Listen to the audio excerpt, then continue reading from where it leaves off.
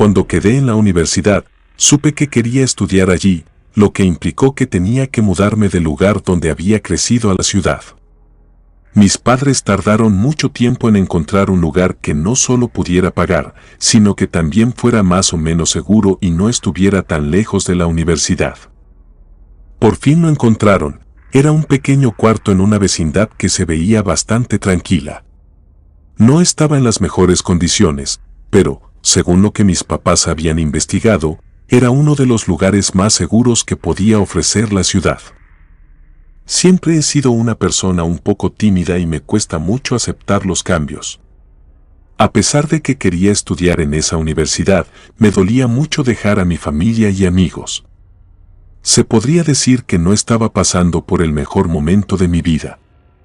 Apenas llevaba una semana y media en la ciudad y creía que tal vez lo mejor sería volver a mi hogar.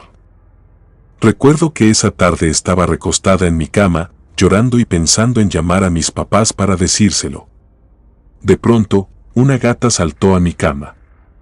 Parecía que ya era algo mayor porque tenía algunas canas en su pelaje negro. Me sorprendí un poco y me alejé. Tenía una ligera alergia a los gatos y, aunque no era grave, me hacía moquear y tener los ojos llorosos y pasaba mucho tiempo con ellos. Sin embargo, en ese momento me sentía tan sola que no me importó. Le acaricié la cabeza y le dije que me sentía muy sola y que no sabía qué hacer. La gata me miró por un momento, luego bajó de la cama y se fue corriendo. Pensé que había dejado la ventana de la cocina abierta, pues era la única que no tenía mosquitero y supuse que por ahí había entrado. Me levanté y fui a revisar, pero la ventana estaba cerrada. Pensé que de alguna manera se había cerrado por sí misma cuando la gata salió. En ese momento no tenía cabeza para pensar más allá. A la mañana siguiente, por la tarde, regresé de la universidad y alguien tocó a mi puerta. Se me hizo raro porque aún no lograba hacer amigos y, por obvias razones, tampoco conocía a nadie en la ciudad. Pensé que tal vez podría ser la casera que venía a informarme algo, pero al abrir la puerta me di cuenta de que era una anciana a la que había visto por ahí, pero no sabía en qué cuarto de la vecindad vivía. Estaba sonriendo y llevaba una pequeña olla de aluminio en las manos. Le sonreí y le pregunté qué le ofrecía. Ella me dijo que me había visto muy triste y que había traído algo de comer para animarme. Esto me pareció un poco raro porque la había visto antes, pero ni siquiera me había saludado. Ahora parecía saber todo sobre mí, aunque, como mi presupuesto era limitado, no iba a desaprovechar la oportunidad de tener comida casera. Acepté y le di las gracias. Estaba a punto de cerrar la puerta, pero ella no parecía querer irse. Al contrario, por su postura corporal me di cuenta de que quería pasar. La verdad es que mi cuarto estaba un poco desordenado, pero, a pesar de mis intentos de hacerle entender que no podía recibirla, no lo conseguí. Ella terminó entrando. Le ofrecí una silla para que se sentara, abrí la olla y vi que había suficiente comida para 2 personas. Supuse que su plan desde el principio había sido comer conmigo. Toda la situación me parecía extraña porque, si bien venía de una familia grande y casi nunca comía sola, nunca había comido con un extraño que se presentara así en mi puerta. Le serví comida, pero ella se negó, diciendo que ya había comido y que yo debía comer. Como tenía algo de hambre, me serví un poco y me senté.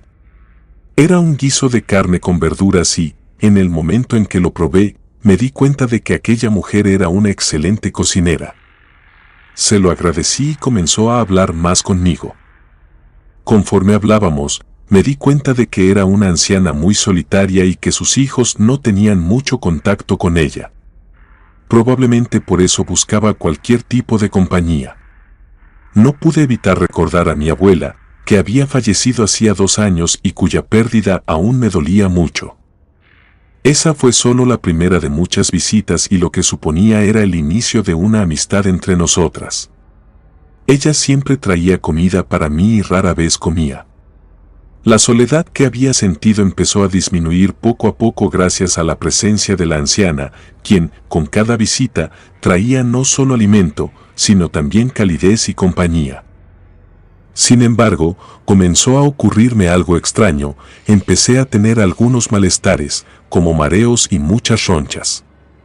Pensé que mi alergia a los gatos estaba empeorando porque, durante todo este tiempo, algunas veces encontraba pelo de gato en mi cama. Supuse que esa gata había estado entrando a mi cuarto. No hacía un gran alboroto por esto porque, hasta donde yo sabía, esa gata le pertenecía a la anciana y solo quería llevar la fiesta en paz con ella. No podía entender cómo es que esa gata lograba entrar, ya que yo me aseguraba de cerrar todo perfectamente, pero al llegar a la ventana de mi cocina, casi siempre estaba abierta. Siempre pensaba que tal vez estaba rota y esa era la razón por la que se abría por sí sola, pero no tenía dinero para repararla. Durante todo este tiempo fui con algunos doctores que solo me recetaban cosas para calmar los síntomas y me decían más o menos lo mismo, que eran alergias y que pronto empezarían a pasar. Pero esto no fue así y, día con día, mi estado de salud empeoraba, al punto de que, durante 3 días, no fui capaz de levantarme de la cama. La única razón por la que me levanté el tercer día fue porque alguien tocó a mi puerta. Al abrir, me di cuenta de que se trataba de aquella anciana. Me dijo que me pondría mejor y que me había hecho sopa de pollo. En esta ocasión no se quedó, pues entendía que necesitaba descansar y reponerme de la enfermedad. Me dijo que me comiera todo y que con eso me curaría por completo, pero en ese momento me lo decía con tanta insistencia que, al final, prácticamente me hizo prometerle que sí me la comería.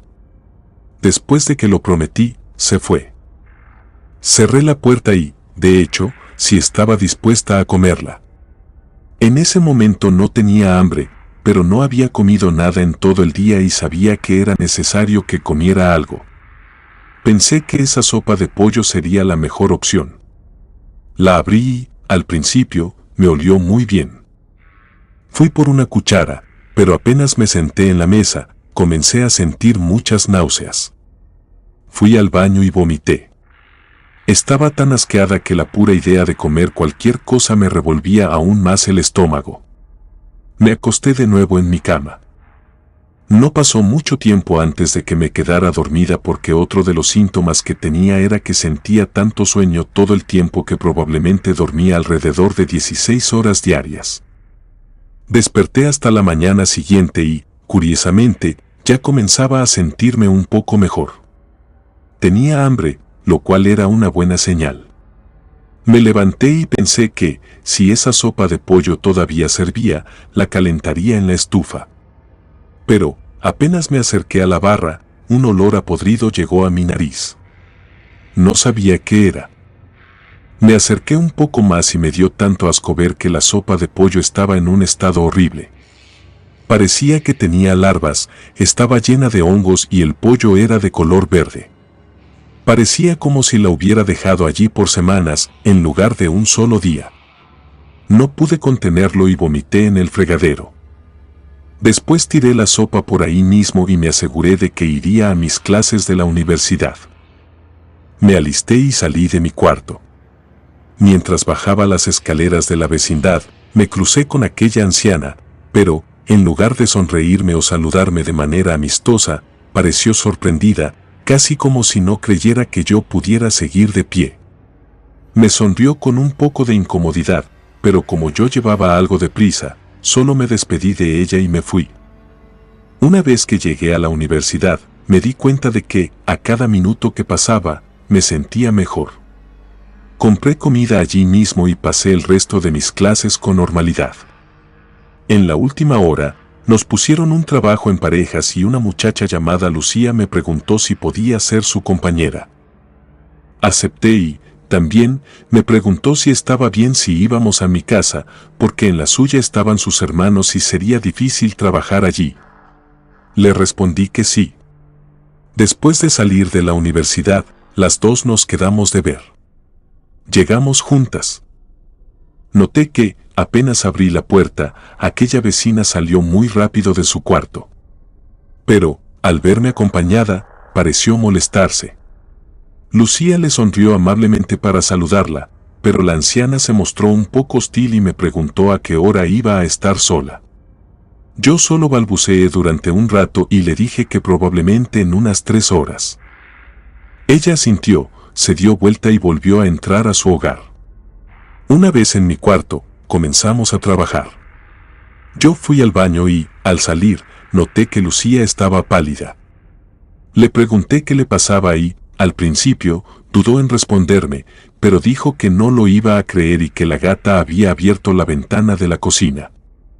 Me acerqué y vi a la gata subida en mi cama. Le respondí que nunca la había visto hacer eso, pero que sí sabía que era capaz porque a menudo encontraba pelo de gato en mi cuarto. Le expliqué que la gata no era mía, sino de la vecina. Lucía insistió en que no le estaba entendiendo. Dijo que la ventana estaba cerrada con seguro y que la gata lo había quitado, casi como si supiera cómo hacerlo. La verdad era que, haciendo un poco de presión, se podía quitar ese seguro y yo había visto a gatos hacer cosas similares, pues son animales muy inteligentes. No le di mucha importancia y le respondí eso mismo. Lucía terminó medio concordando conmigo, pero seguía visiblemente inquieta. Dejamos de hablar del tema hasta unos 20 minutos después. El pelo de la gata comenzó a provocarme estornudos y los ojos se me humedecieron. Le dije que era un poco alérgica y le pedí que la sacara. Lucía aceptó y trató de ahuyentar a la gata, pero ésta no se movía. La sujetó para sacarla cargándola, pero en el momento en que la levantó un poco, la gata la mordió con fuerza y salió corriendo de la habitación. Me levanté rápidamente para ayudarla. No tenía muchas cosas con las que curarla, pero hice lo que pude y le dije que nunca había visto a la gata comportarse así. Las veces que la había visto, siempre había parecido muy dócil, algo que incluso su dueña me había confirmado. Lucía se quedó pensativa por un momento y luego me miró fijamente a los ojos.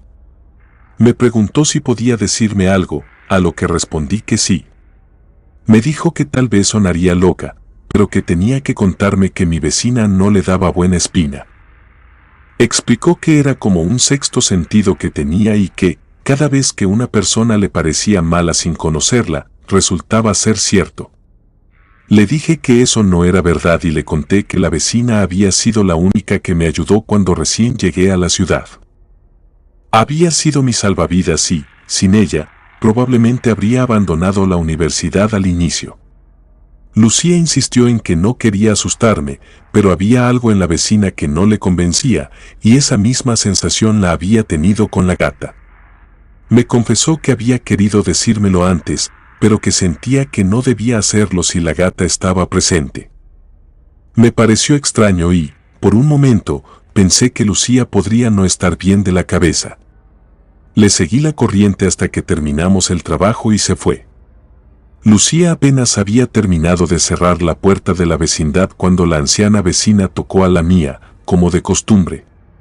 Traía comida consigo y entró a mi cuarto como si fuera suyo. Se sentó en la mesa y sacó la comida, que parecía ser la misma sopa de pollo que había traído el día anterior. La idea me dio un poco de asco después de lo sucedido esa mañana, pero la sopa lucía perfecta y recién hecha. Fui a donde guardaba los trastes y le pregunté si le servía un plato para que comiéramos juntas, pero ella volvió a negarse. Fue entonces cuando, recordando lo que Lucía me había dicho, comencé a pensar que nunca la había visto comer de la misma comida que yo. Algo hizo clic en mi mente y perdí el apetito. Ya no quería comer nada de lo que ella tampoco comiera. Sin atreverse a decírselo directamente, un escalofrío recorrió mi cuerpo y, desde ese día, empecé a decirle que tenía mucha tarea y que comería más tarde, siempre que me traía comida. La tiraba después de que se iba, asegurándome de que no pudiera verlo. Con el tiempo, noté que la gata comenzó a venir más seguido a mi cuarto. Intenté darle esa comida, pero nunca la comió. Otra cosa que ocurría en toda esta situación era que esa mujer, casi a diario, cuando salía o llegaba de la universidad, me preguntaba si me había comido la comida y si me había gustado. Yo siempre le respondía que sí, que había estado muy buena, para que no sospechara. Revisaba bien la comida que dejaba para, en caso de que me hiciera alguna pregunta, poder responder correctamente. Recuerdo un día en particular que, al llegar de la universidad, ella volvió a preguntarme sobre esto. Al mentirle una vez más, me miró fijamente y me dijo que sabía que no me estaba comiendo la comida y que no entendía por qué.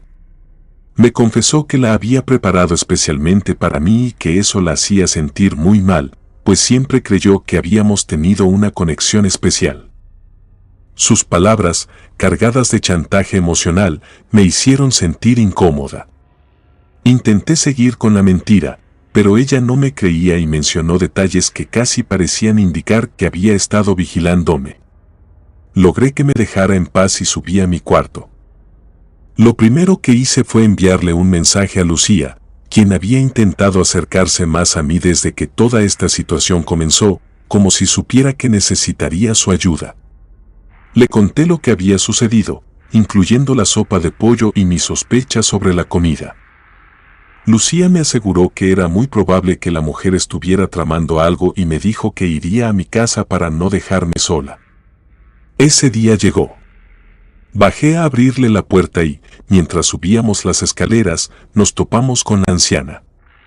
Se mostró muy hostil al ver a Lucía, pero no cruzó muchas palabras conmigo. Subimos a mi cuarto y, una vez que cerré la puerta, Lucía me preguntó si me había dado cuenta de algo. Al responder que no, me miró incrédula y me dijo que era imposible que no lo notara. La anciana parecía haber envejecido mucho más. Yo, que la veía todos los días, no había notado el cambio, pero al recordarlo me di cuenta de que era cierto. La conocí cuando ya era mayor, pero con el paso del tiempo había notado que se veía más vívida e incluso un poco más joven. En una ocasión, hasta se lo mencioné y ella me dijo que había comprado una crema y que había visitado a un doctor para hacerse algunos arreglos. Al recordarlo, me di cuenta de que nunca la había visto con vendas o signos de alguna intervención. Lucía no podía asegurarlo, pero todo indicaba que la anciana de alguna manera me estaba robando la juventud. Me contó que, desde el primer día que me vio en la universidad, notó que cada vez me veía más pálida y enferma. Pensó que era por el estrés de la nueva etapa y la distancia de casa, por lo que nunca lo mencionó hasta ese momento. Nunca había visitado la casa de la anciana, pero Lucía insistió en que debíamos ir para ver si encontrábamos algo mío. Como aún tenía 2 de sus refractarios, decidí usar eso como excusa para devolvérselos. Fuimos y tocamos su puerta por un rato, pero nadie abrió. Los cuartos de la vecindad eran todos iguales. Pensé en abrir un poco la ventana de su cocina y dejar los refractarios allí, de esta manera también podríamos echar un vistazo adentro. Asomé la cabeza por la ventana y sentí como la sangre se me helaba. Justo enfrente había una especie de altar rodeado de velas negras encendidas y en el centro había una fotografía mía. El miedo me paralizó, y supe que no podía quedarme un minuto más en esa vecindad.